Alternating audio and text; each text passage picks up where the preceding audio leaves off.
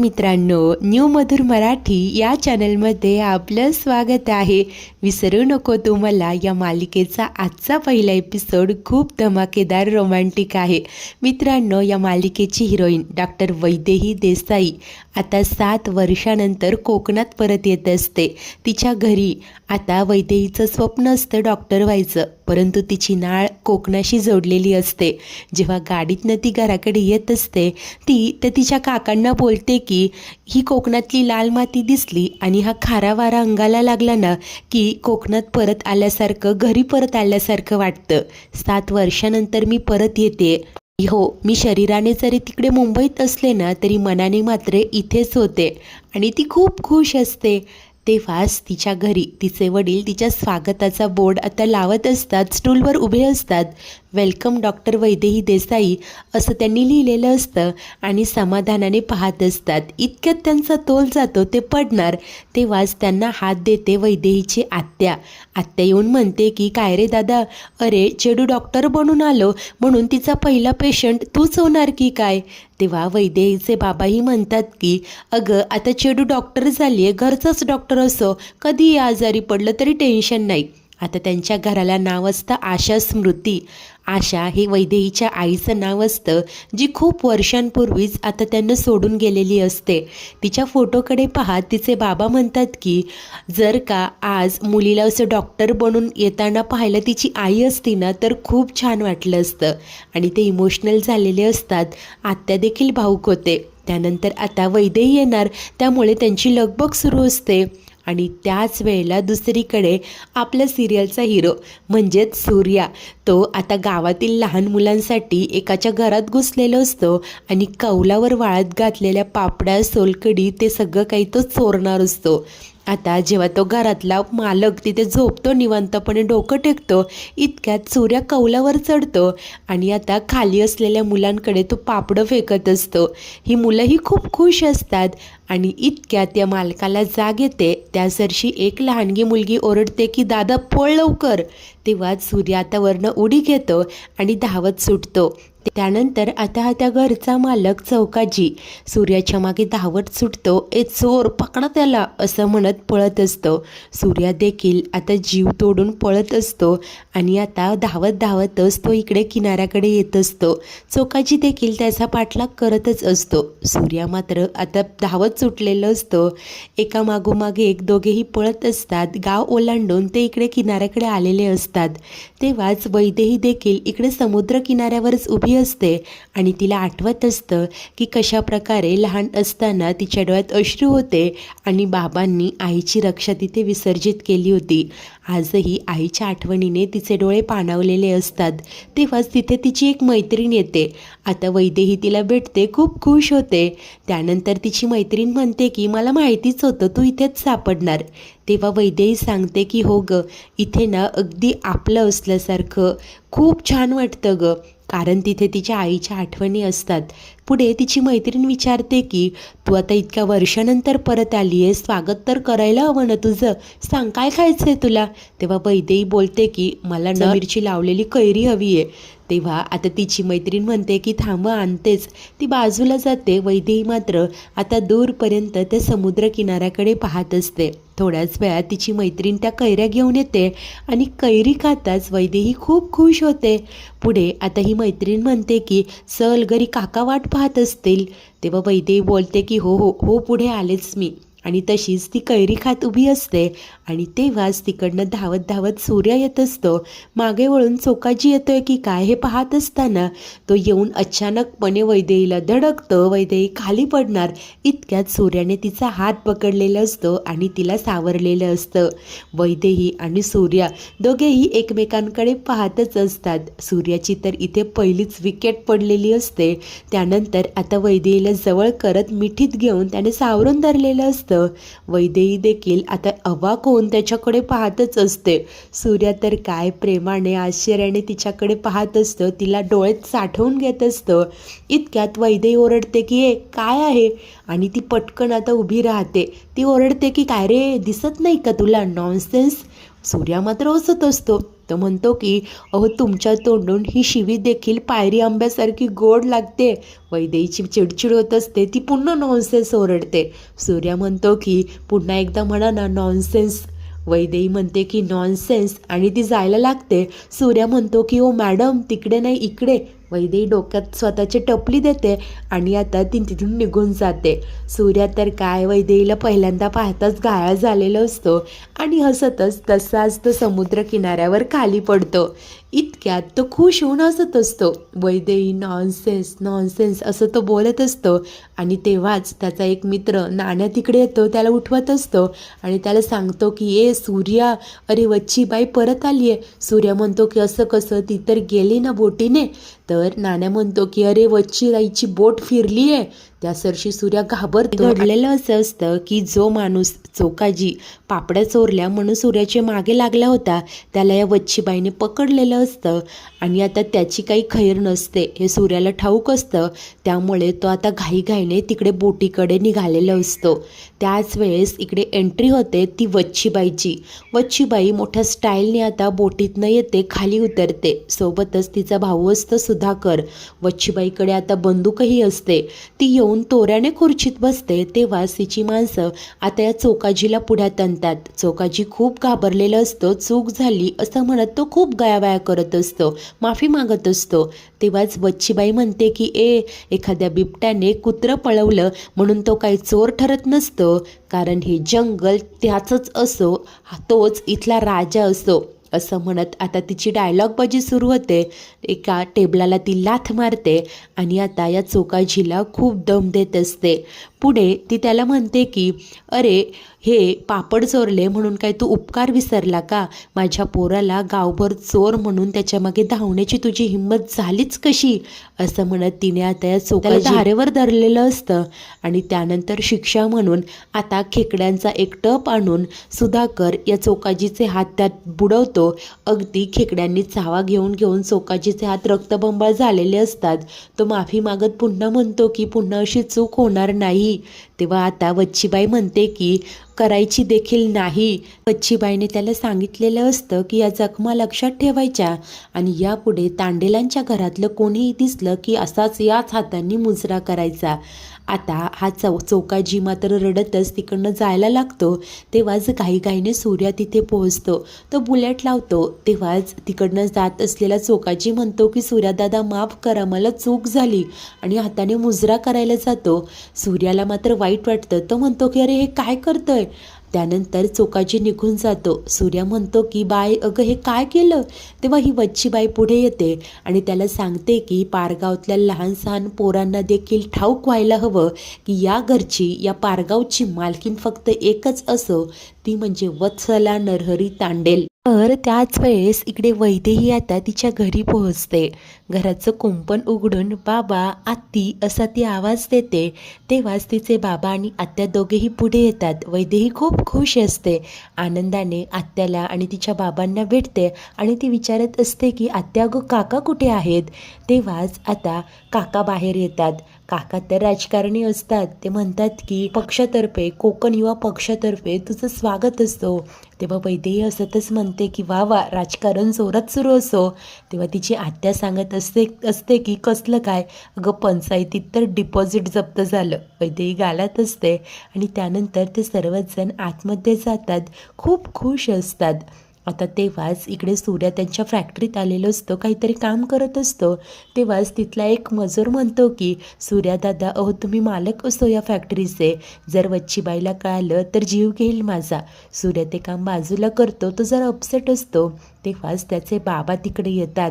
त्यानंतर ते सूर्याला समजावतात की अरे कैरीच्या 4 फोडी मागितल्या असत्या तर काय फरक पडला असता? तुला काय कोणी नाही म्हटलं असतं का? स्वतःची चूक कळली ना. अरे त्या चोकाजीचे एवढे हाल कशाला झाले असते? सूर्या काही बोलत नाही. तो त्याच्या बाईकडे येतो. त्याचे बाबा म्हणतात की काळजी करू नकोस, मी चोकाजीला डॉक्टरकडे नेलं होतं, तो ठीक असतो आता.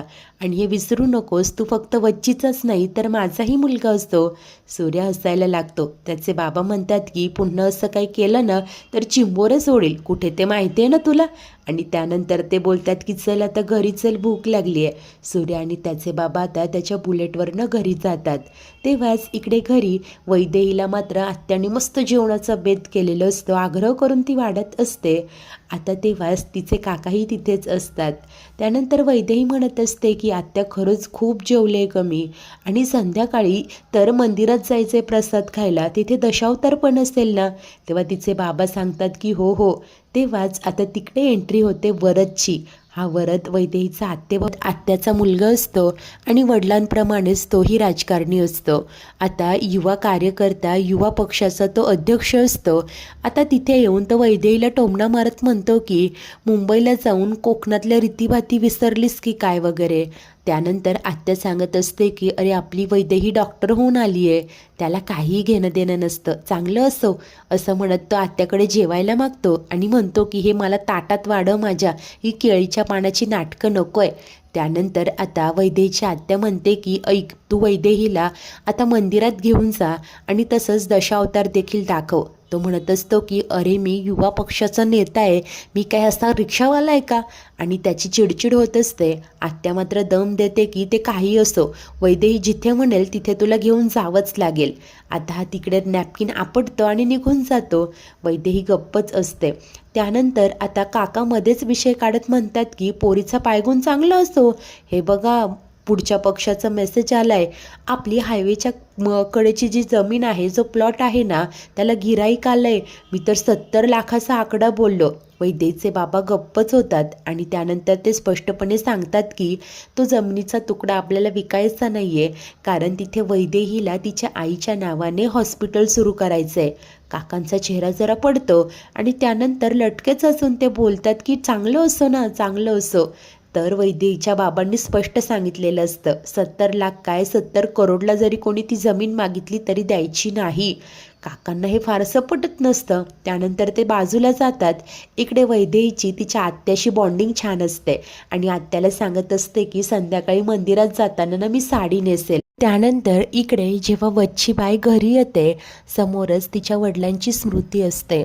आता सुधाकर मात्र आता मोबाईल पाहत असतो. वच्छीबाई त्याला रागवत म्हणते की काय रे, बापाच्या या स्मृतींपुढे हात जोडायला लाज वाटते का, विसरू नकोस, अरे रक्ताचा एक एक थेंब त्यांनी गाळलाय, त्याचा ती सुडाची आग तुझ्याही काळजात धगधगली पाहिजे. सुधाकर गप्पच होतो.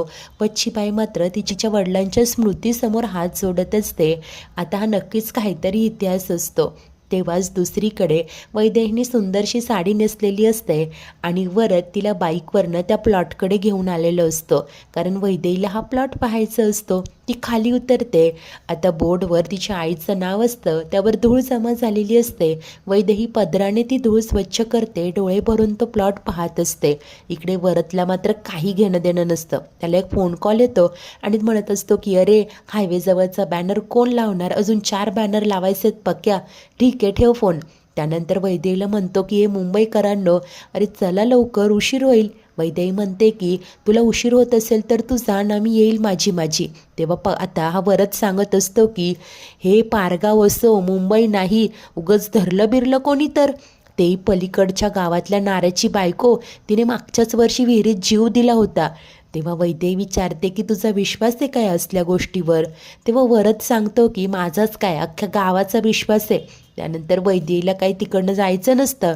हा वरदही वैतागतो आणि सरळ तिथून निघून जातो.